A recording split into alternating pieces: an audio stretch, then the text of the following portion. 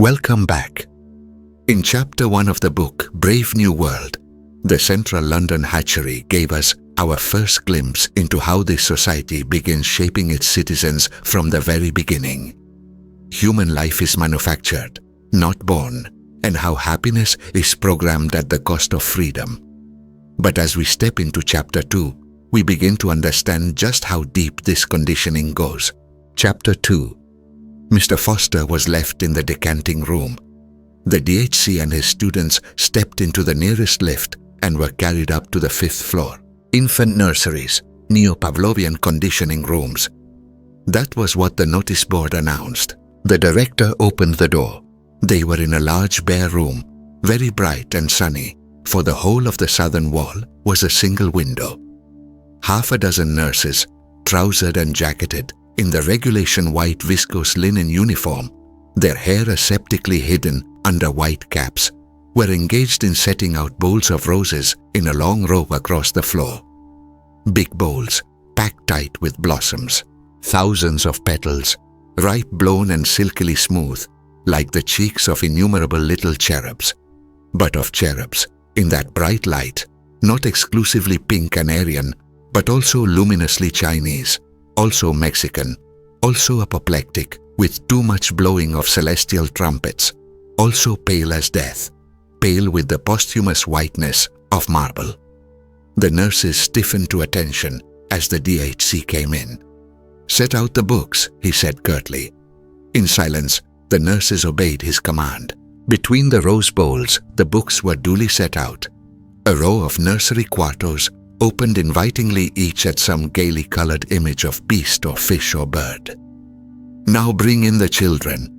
They hurried out of the room and returned in a minute or two, each pushing a kind of tall dumbwaiter laden on all its 4 wire-netted shelves with 8-month-old babies, all exactly alike.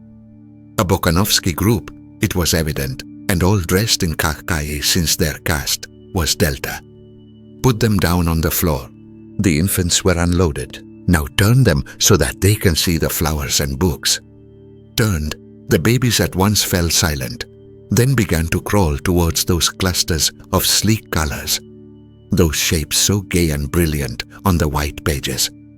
As they approached, the sun came out of a momentary eclipse behind a cloud. The roses flamed up as though with a sudden passion from within. A new and profound significance seemed to suffuse the shining pages of the books. From the ranks of the crawling babies came little squeals of excitement, gurgles and twitterings of pleasure. The director rubbed his hands. "Excellent," he said. "It might almost have been done on purpose." The swiftest crawlers were already at their goal.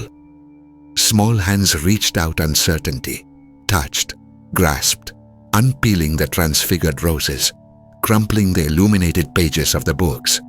The director waited until all were happily busy. Then, "Watch carefully," he said, and lifting his hand, he gave the signal. The head nurse, who was standing by a switchboard at the other end of the room, pressed down a little lever. There was a violent explosion. Shriller and ever shriller, a siren shrieked. Alarm bells maddeningly sounded. The children started, screamed. Their faces were distorted with terror. "And now," the director shouted, for the noise was deafening. "Now we proceed to rub in the lesson with a mild electric shock." He waved his hand again, and the head nurse pressed a second lever. The screaming of the babies suddenly changed its tone. There was something desperate, almost insane, about the sharp, spasmodic yelps to which they now gave utterance. Their little bodies twitched and stiffened. Their limbs moved jerkily as if to the tug of unseen wires. "We can electrify that whole strip of floor," bawled the director in explanation. "But that's enough," he signaled to the nurse. The explosion ceased. The bells stopped ringing. The shriek of the siren died down, from tone to tone, into silence. The stiffly twitching bodies relaxed, and what had become the sob and yelp of infant maniacs broadened out once more into a normal howl of ordinary terror. "Offer them the flowers and the books again." The nurses obeyed. But at the approach of the roses, At the mere sight of those gaily colored images of Pussy and Cock-a-Doodle-Doo and Baba Black Sheep, the infants shrank away in horror. The volume of their howling suddenly increased. "Observe," said the director triumphantly. "Observe." Books and loud noises, flowers and electric shocks already in the infant mind, these couples were compromisingly linked. And after 200 repetitions of the same or a similar lesson would be wedded indissolubly. What man has joined, nature is powerless to put asunder. They'll grow up with what the psychologists used to call an instinctive hatred of books and flowers. Reflexes unalterably conditioned. They'll be safe from books and botany all their lives. The director turned to his nurses. "Take them away again." Still yelling, the khaki babies were loaded onto their dumbwaiters and wheeled out, leaving behind them the smell of sour milk and a most welcome silence. One of the students held up his hand, and though he could see quite well why you couldn't have lower caste people wasting the community's time over books, and that there was always the risk of their reading something which might undesirably decondition one of their reflexes yet. Well, he couldn't understand the flowers. Why go to the trouble of making it psychologically impossible for deltas to like flowers? Patiently, the DHC explained. If the children were made to scream at the sight of a rose, that was on grounds of high economic policy. Not so very long ago, a century or so ago, gammas, deltas, even epsilons, had been conditioned to like flowers in particular, and wild nature in general. The idea was to make them want to be going out into the country at every available opportunity, and so compel them to consume transport. "And didn't they consume transport?" asked the student. "Quite a lot," the DHC replied, "but nothing else. Primroses and landscapes," he pointed out, "have one grave defect. They are gratuitous. A love of nature keeps no factories busy. It was decided to abolish the love of nature, at any rate among the lower classes, to abolish the love of nature, but not the tendency to consume transport. For of course, it was essential that they should keep on going to the country, even though they hated it. The problem was to find an economically sounder reason for consuming transport than a mere affection for primroses and landscapes. It was duly found. We conditioned the masses to hate the country," concluded the director. "But simultaneously, we conditioned them to love all country sports. At the same time, we see to it that all country sports shall entail the use of elaborate apparatus, so that they consume manufactured articles as well as transport. Hence those electric shocks." "I see," said the student, and was silent, lost in admiration. There was a silence, then, clearing his throat, "Once upon a time," the director began, "while our Ford was still on earth, there was a little boy called Reuben Rabinovich. Reuben was the child of Polish-speaking parents." The director interrupted himself. "You know what Polish is, I suppose? A dead language. Like French and German," added another student, officially showing off his learning. "And parent?" questioned the DHC. There was an uneasy silence. Several of the boys blushed.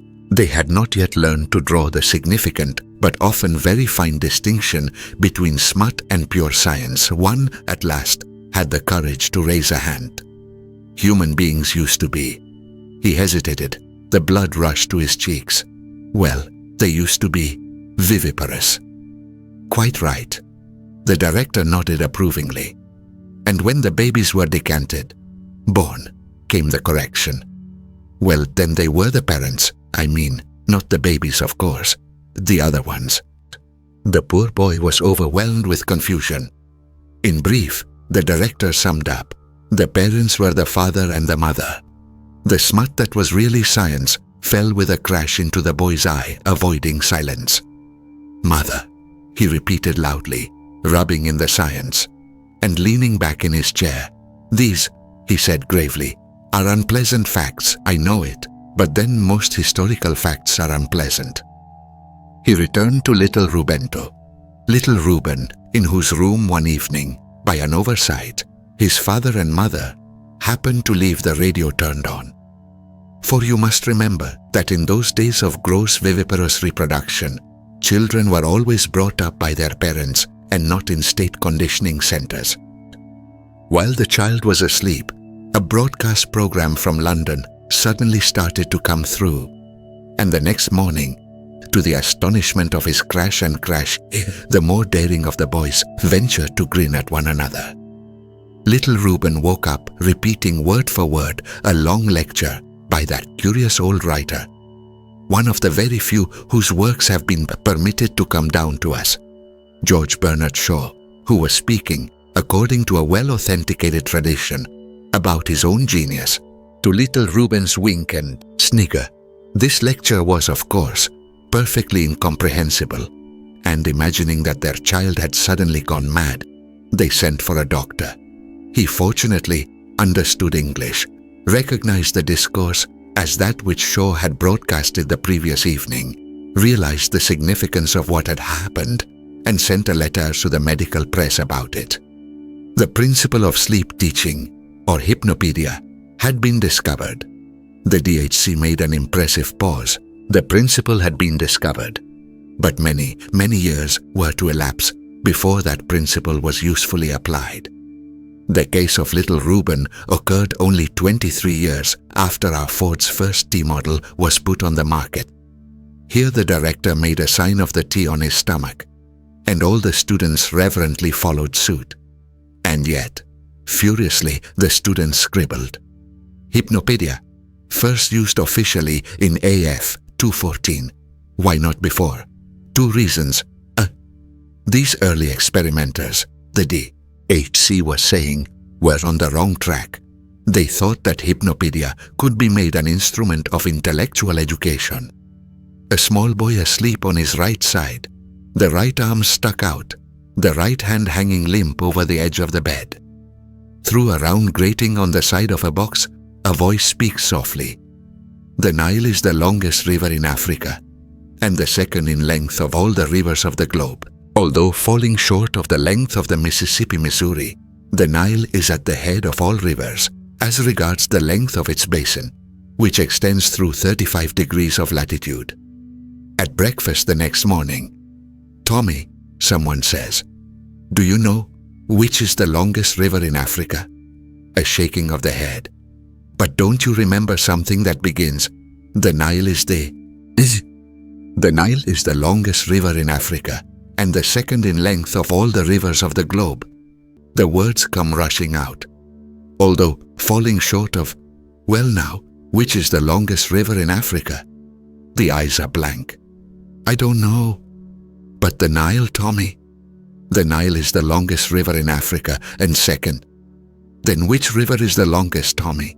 Tommy burst into tears. "I don't know," he howls. That howl, the director made it plain, discouraged the earliest investigators.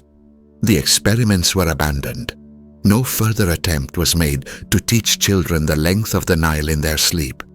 Quite rightly, you can't learn a science unless you know what it's all about.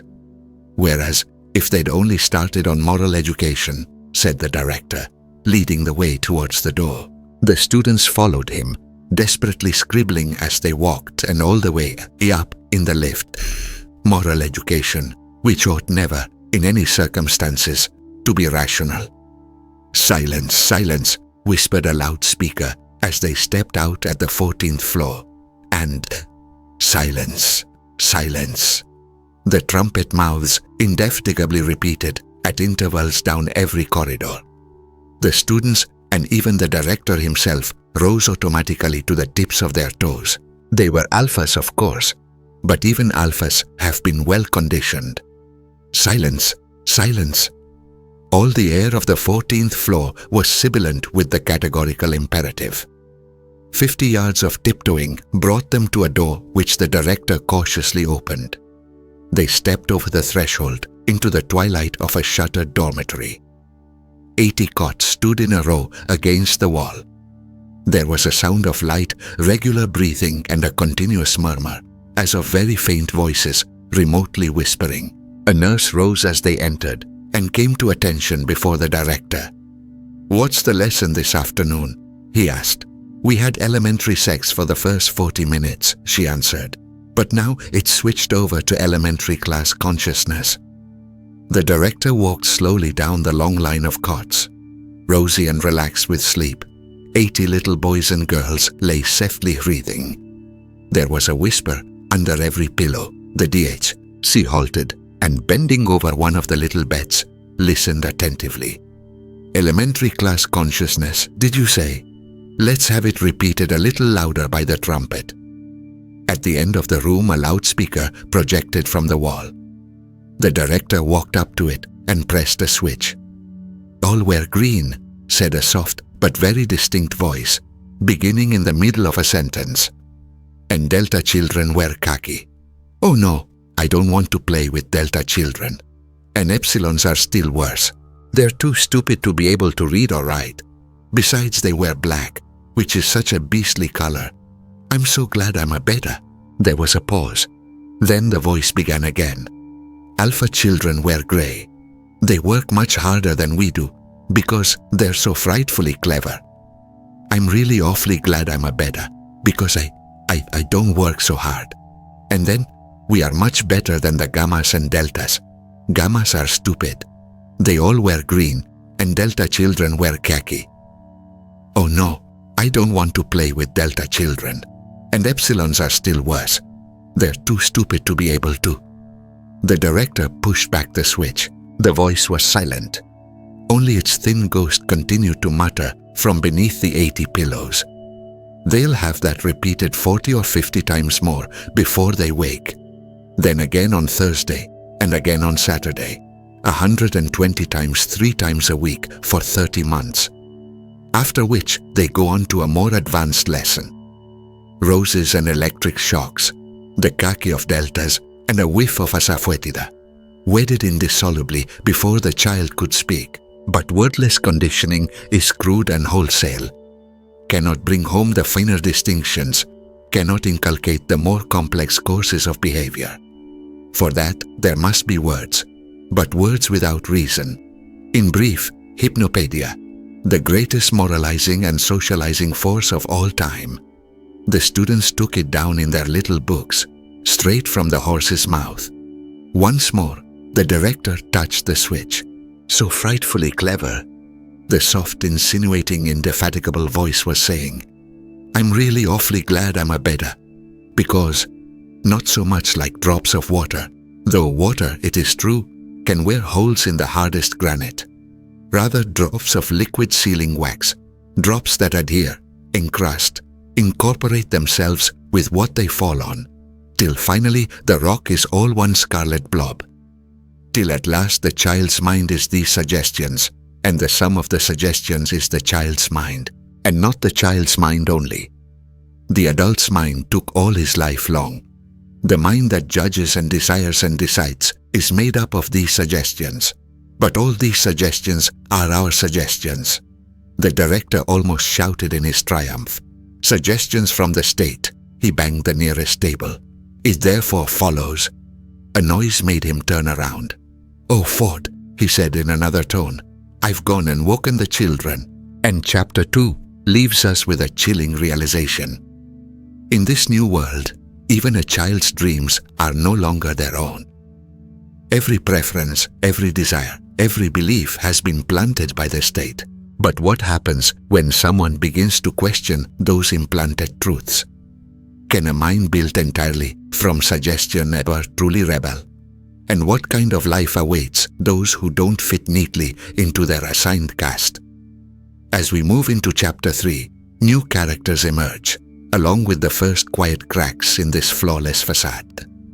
If this journey stirs something in you, I invite you to like, share, and subscribe so you won't miss what's coming next.